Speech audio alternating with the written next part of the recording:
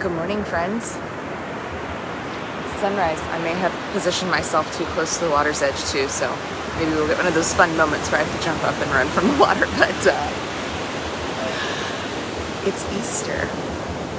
And I don't know, there's like a palpable energy. You know, I come down here and spend this few minutes with you all every Sunday, and it's kind of normally just me, but I'm going to give you a quick look. There's like bunch of people down this way, and also if you look that way, there's a bunch of people, and there was like all this traffic. It's like people can feel it.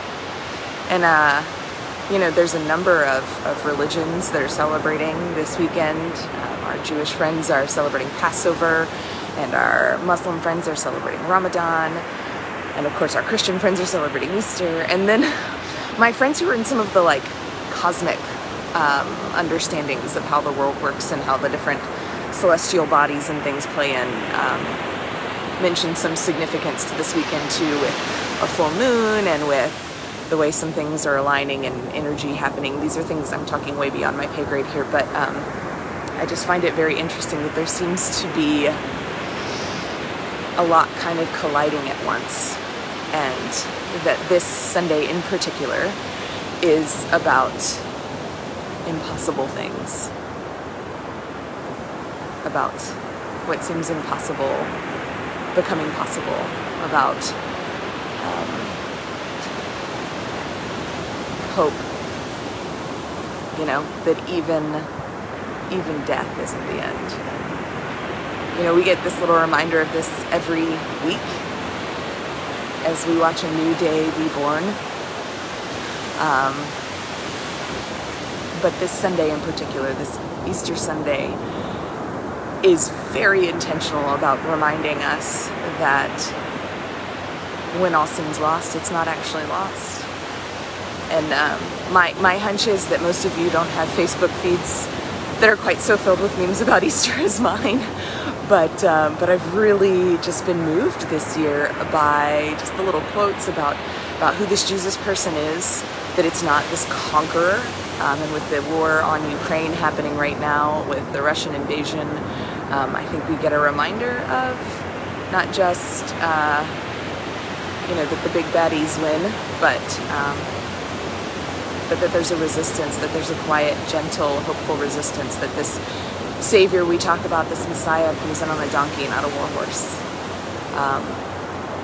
And the Spirit descends in a dove, not an eagle.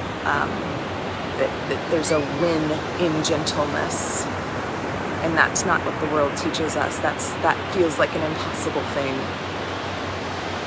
And I've also been intensely moved by the reminders that shout out to the ladies, that it was the women, that the men gave up. Judas betrayed Jesus. Peter denied him. The rest of the disciples kind of scattered, but not the women.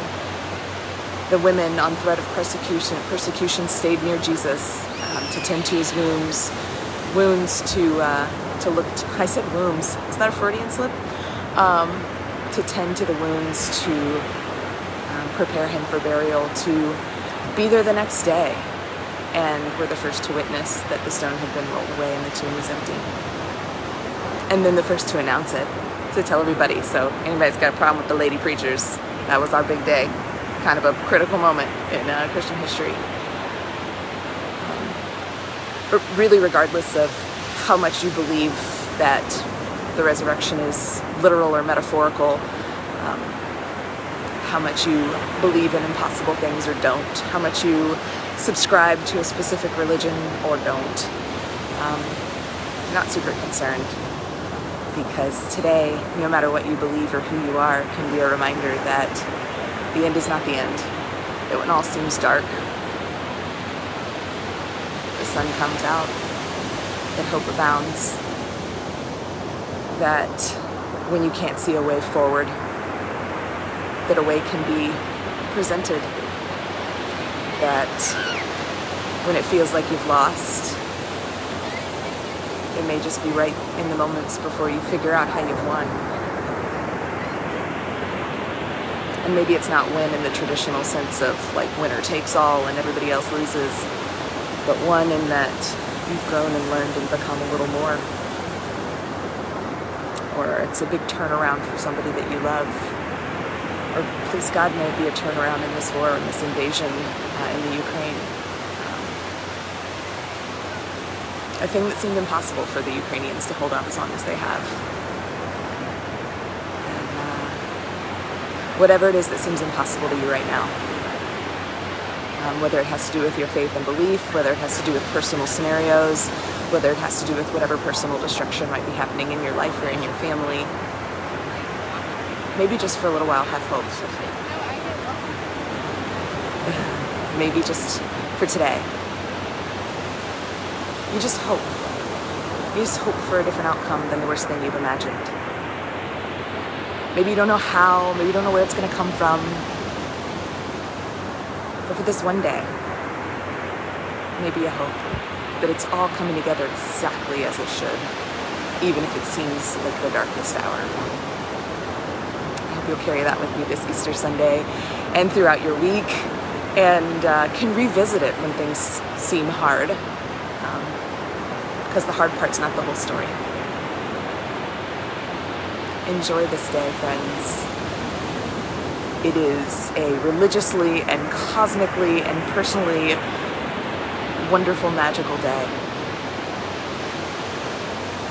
Find it. Grace and peace, friends.